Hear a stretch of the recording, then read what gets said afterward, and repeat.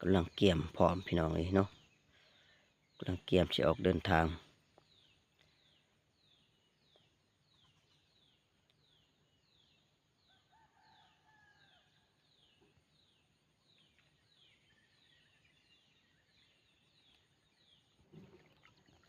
ลุยต่อพี่น้องเนาะเพราะว่าเรา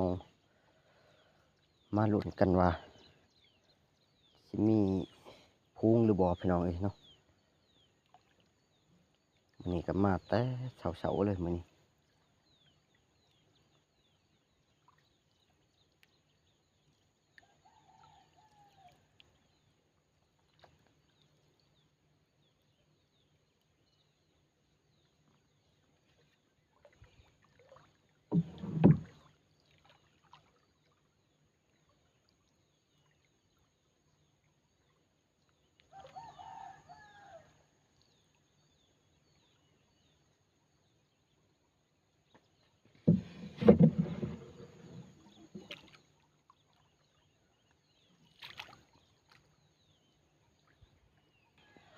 พี่น้องเอ้ย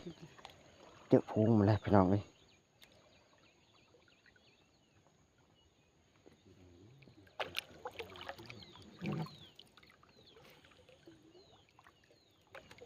เดี๋ยวทีมงานเราสิตีให้เบิ่งว่ามันสิกัดหรือบ่พี่น้องเอ้ยเนาะ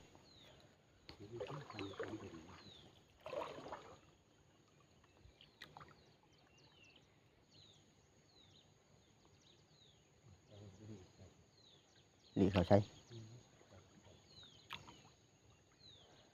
เนาะเพราะว่าพุงมันอยู่นี่พี่น้องเอ้ยทีมงานเรากำลังตีใส่จังหวะเด้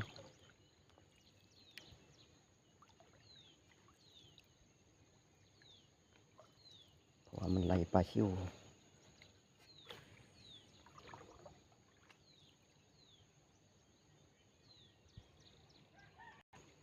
ฮะ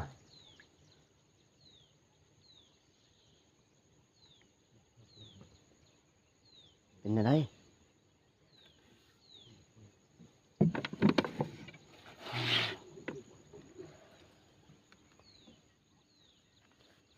ชัวบบ่เบิ่งลุยเบิ่ง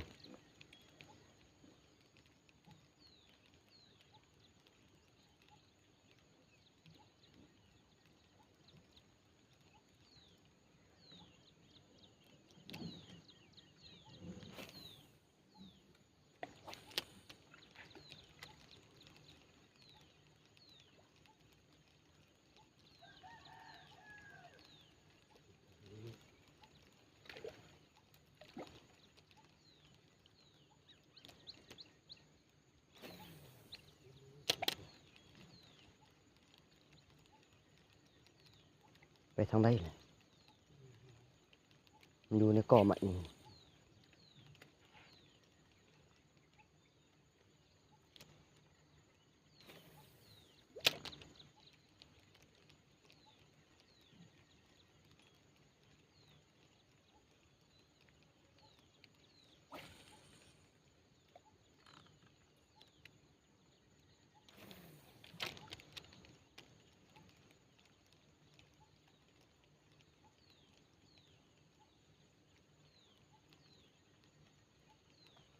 โอ้มันยอมชวบเนาะ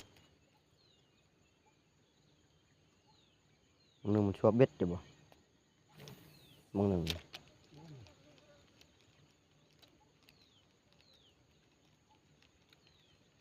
เต็มหลีแต่กอไม้นี่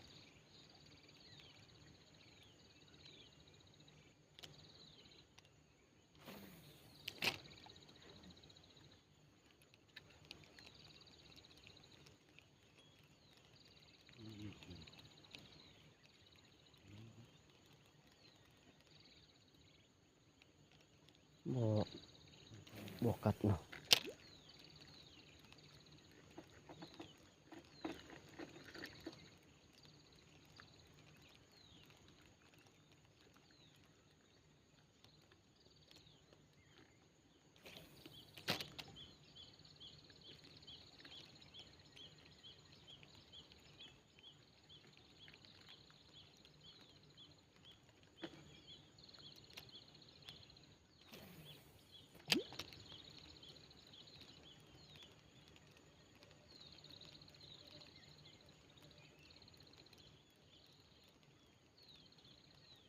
หมูยอมกลับ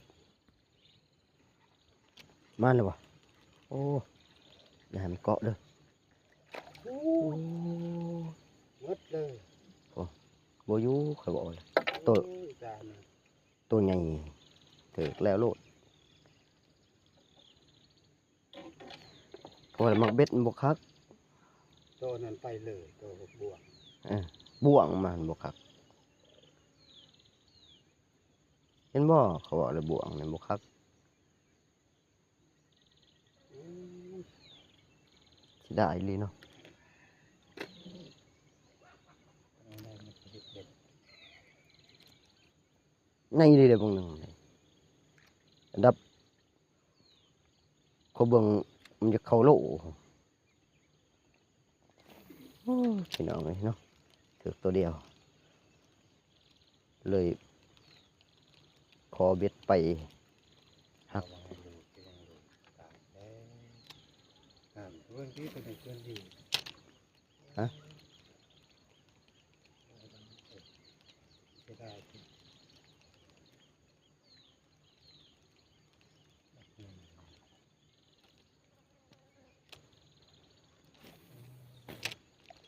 เปลี่ยนเบ็ดก็ไปจ่อยแล้วเนาะ เงินบัตรเตียกับพืชกันเด็ดก็ไปสั่งจะไปบอยทานนั้นไหมกลับไหม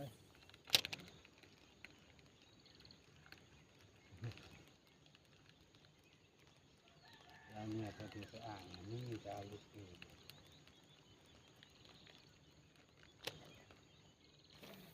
มีบ่วงทักดูดิก็ได้แล้ว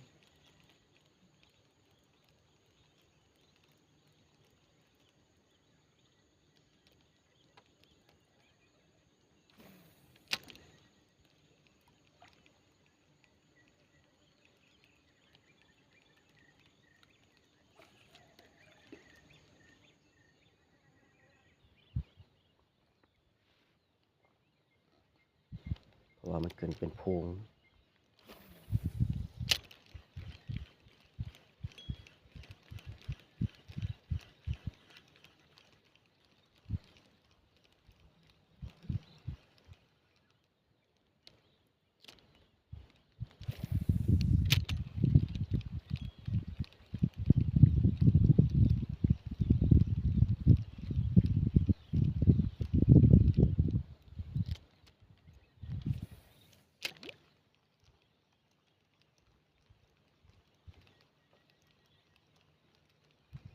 ใช่นี่มันอยู่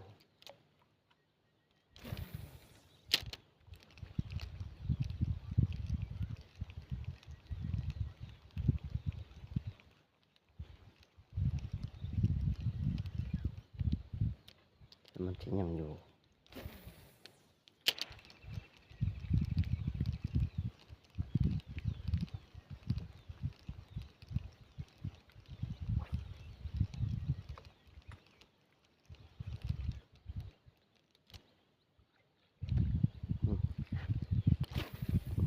อ๋ออ่านกัดแหลกพี่น้องเลยโอ้ตัวหน่อย ตัวบัวใหญ่ปานใดเรียบร้อย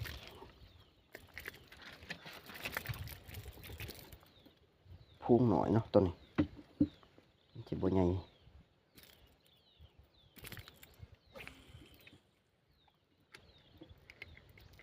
เลยเนาะ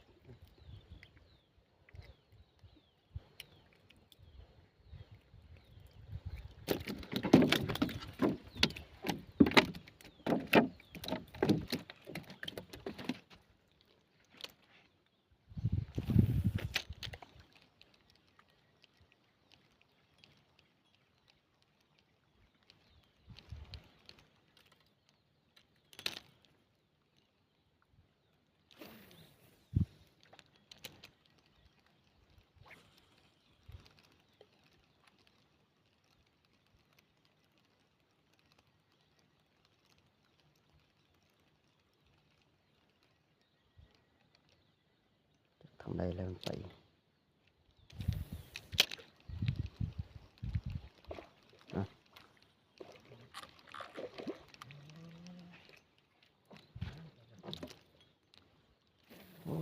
พูงมาอยู่นี่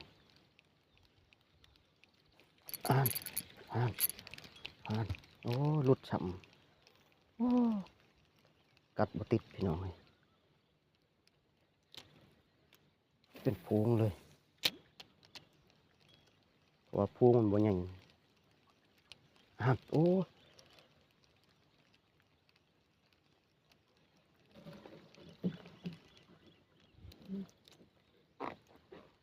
พุงบ่ใหญ่พุงบ่ใหญ่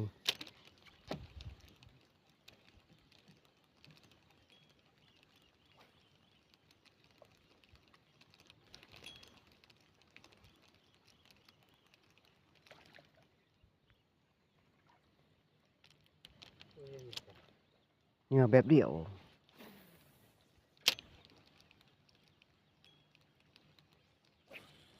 คือว่ามันมักหลุด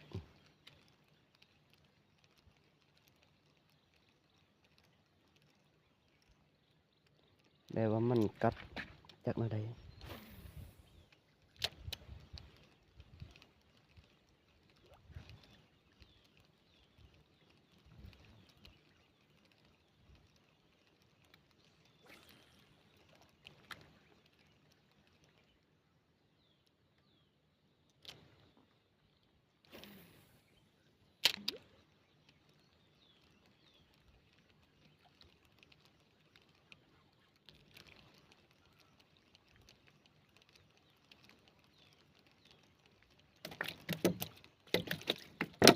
โอ้